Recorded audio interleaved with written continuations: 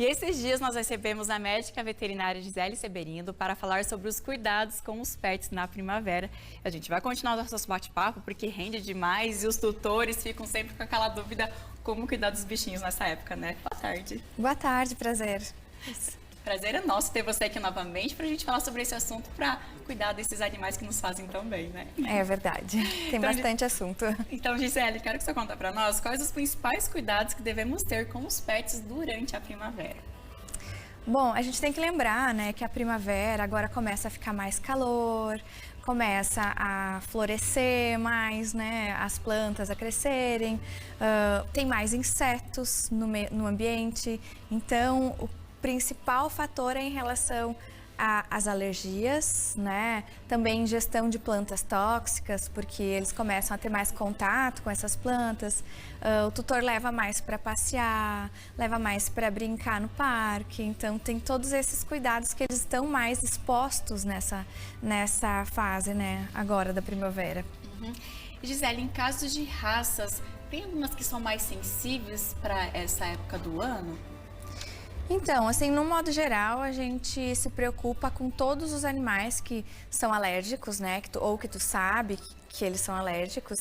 Então, tem que já se prevenir, tomar mais cuidado, deixar o antipulgas em dia, iniciar com alguns banhos hidratantes, né?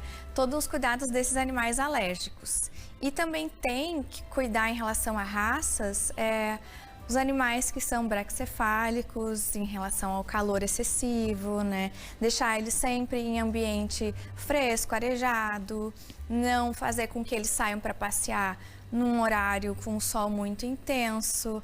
Tem que ter todos esses cuidados, porque essas raças que têm o focinho mais curtinho, eles fazem um esforço maior para respirar. Então, se a gente já abusa do calor, deles fazerem esse passeio no calor, e aí eles já não respiram muito bem, então vai prejudicar eles podem ter uma grande complicação respiratória por causa disso, né? E esses passeios sempre é indicado comecinho da manhã e final da tarde, né?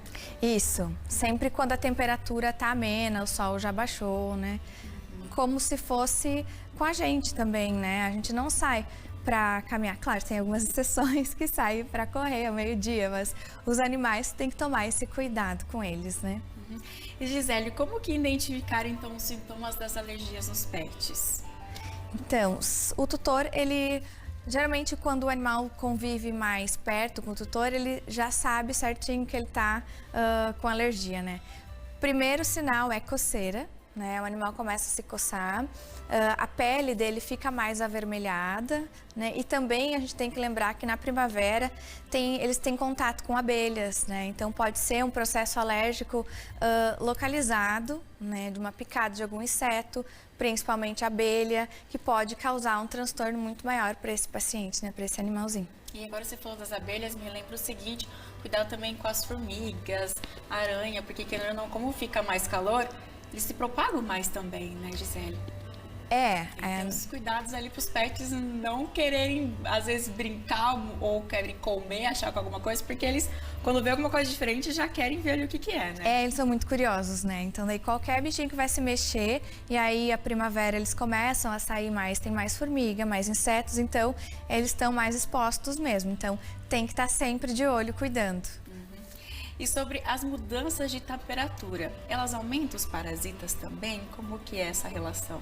Sim, né? Então, por isso que a gente sempre fala, vamos prevenir agora, antes de começar o verão, usar antipulga certinho, porque realmente com a umidade, o calor, é um ambiente propício para a proliferação de pulgas e carrapatos, né? Então, eles sim, têm uma concentração maior nesse início agora do verão, né?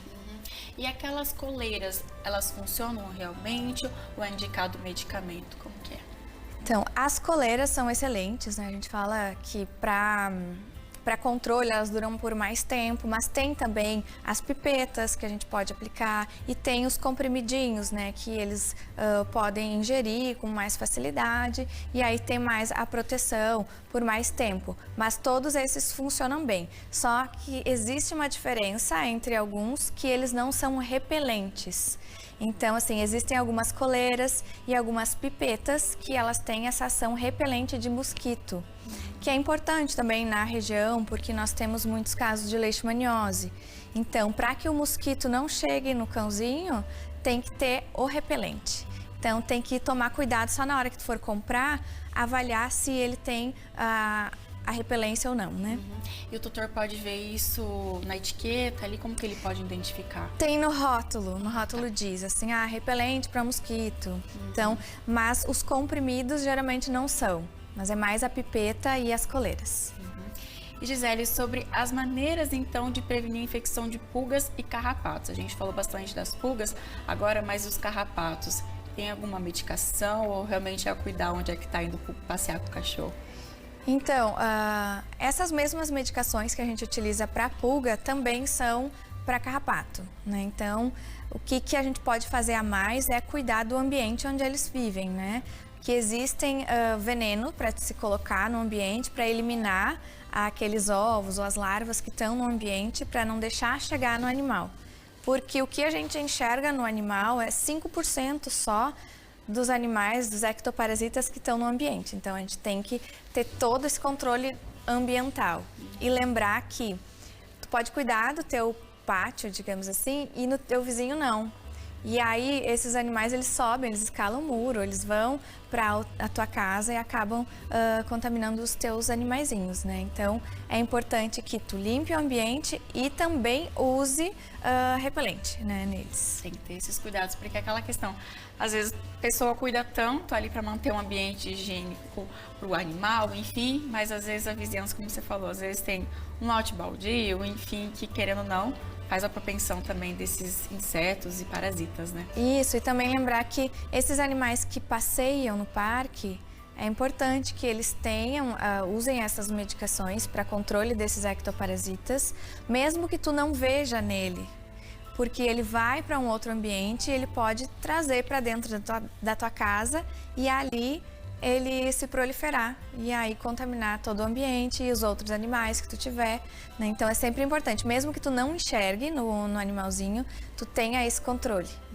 E até a questão de quem tem aquelas raças de muito pelo, fica mais difícil ainda de conseguir enxergar. Então, por isso que a melhor maneira é a prevenção, né? Isso. E lembrar também, assim, que as pulgas e carrapatos, eles transmitem algumas doenças para eles, doenças graves, né? Então, a gente tem que estar sempre de olho cuidando desses casos. E, Gisele, sobre alimentação no verão. Como que deve ser? Existe alguma coisa assim que pode aliviar os animais em dias de muito calor também que os tutores podem oferecer? Tem algumas estratégias assim que a gente pode utilizar, sempre lembrando assim a pacientes alérgicos, o ideal é que tu não ofereça nenhum outro tipo de alimento, né? Mas a gente pode fazer picolé de ração, a gente faz às vezes para aliviar o calor, colocar gelo na aguinha deles, eles gostam de brincar com gelo também, pode oferecer isso para eles. Alguns animais que são acostumados a receber frutas, né, algumas frutas que eles podem ingerir, tu pode fazer um picolé com aquela fruta. Lembrar que nunca usar açúcar, né, porque são animais, não tem o mesmo gosto que a gente, então prejudica muito mais eles, né, esse tipo de alimento. Então, o que a gente mais indica é bater a ração, fazer um picolé de ração ou um picolé de sachê. Então, eles gostam, eles ficam bem felizes, assim, e ajuda a aliviar o calor nesses dias mais quentes. Você comentou com a gente das frutas, mas é preciso ter um cuidado de algumas frutas que podem e outras não, né? Isso. Basicamente, assim, todas as frutas ácidas não é indicado que eles comam, né? Tem algumas frutas que são tóxicas, que nem a uva, o abacate, são as principais de mais fácil acesso que a gente tem, que não é para se oferecer para eles, né? Mas, assim, o básico é a banana, eles podem comer, maçã, eles podem comer, tudo, claro, com parcimônia, né? Porque eles não podem comer uma quantidade como nós, né? Então, tem que ter esse cuidado. Sim, às vezes não incentivar tanto e às vezes o pet vai querer cada vez mais, o tutor vai dando, e aí às vezes o resultado não vai ser muito bom no final. Né? Né? Depois eles têm algum vômito, diarreia ou obesidade, né? De tanto que eles estão recebendo esses petiscos. E Gisele, é bastante comum também nas casas, como a gente está na época de primavera, às vezes os tutores gostam de colocar mais algumas flores, enfim, também tem que ter um cuidado com relação aos pets e às plantas, né? Sim, lembrar que eles sempre são curiosos, né? Principalmente os mais jovens, né? Qualquer vaso de planta eles já vão lá, querem cavocar, já vão destruir. Alguns só brincam, mas tem outros que acabam ingerindo algumas plantas. Então é sempre interessante tu saber qual planta que eles podem brincar ou não, né? Existem várias plantas que são tóxicas para eles, né? Geralmente tu pode acabar observando assim as plantas que tem aquela que são mais rajadinhas de branco, assim, são as que são mais tóxicas para eles. Que nem aquelas espadas de São Jorge, sabe? Comigo ninguém pode. Elas são extremamente tóxicas. E agora, é importante falar, no Natal, sabe aquela flor de Natal, aquela planta vermelha? Extremamente tóxica para os animais. Então agora, de decoração de Natal, o pessoal gosta de usar, mas tomar cuidado com os pets. E falando agora sobre a sinomose e a parvovirose. Nessa época do ano, elas têm mais propensão também de aparecer, e o que seriam essas duas? São duas viroses, né? São dois vírus que eles transmitem pelo contato de um animal portador com outro saudável, ou contato com as fezes, com secreção, urina, né? As duas têm basicamente a mesma forma de de pegar, né? De contágio. A gente fala que a sinomose é uma doença mais do frio, porque ela ataca mais inicialmente o trato respiratório, aí depois vai para o digestório e neurológico, e a parvovirose sendo uma doença viral mais do calor. Então, agora, essa época que começa mais casos de parvovirose, né? São duas doenças graves que levam o animal a óbito, né? Se não tratada com antecedência, né? E a principal forma da gente prever essas doenças, né? Prevenir, não prever, né?